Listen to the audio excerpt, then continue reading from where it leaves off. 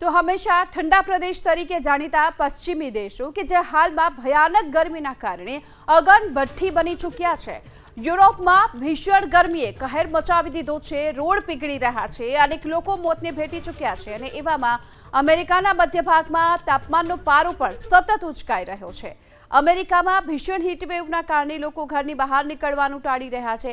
જાહેર સ્થળોએ થતી પ્રવૃત્તિઓ બંધ કરી દેવાઈ છે। લોકોને રાહત આપવા માટે કુલિંગ સેન્ટરો કાર્યરત કરી દેવામાં આવ્યા।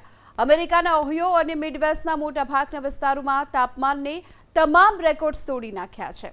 વોશિંગ્ટન સહિતના શહેરોમાં તાપમાનનો પારો 37 ડિગ્રી સુધી પહોંચી ચૂક્યો છે, જેના કારણે 5 કરોડ લોકોને અસર પહોંચી અને હવે લોકો ગરમીથી બચવા માટેના ઉપાયો શોધતા પણ જોવા મળ્યા।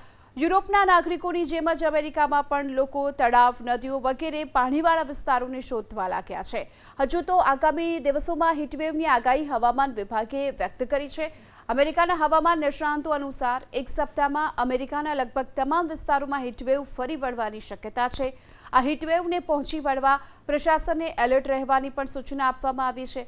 જાહેર સ્થળો પર પાણી છાંટવાની કામગીરી ઝડપી બનાવી દેવાઈ છે, જ્યારે કે યુનિવર્સિટી કોલેજોને તાળા મારવામાં આવ્યા છે અને મેડિસિન યુનિવર્સિટીએ જાહેરાત પણ કરી છે કે તે મંગળવારથી પોતાની 23 બિલ્ડિંગોને બંધ કરવા જઈ રહી છે।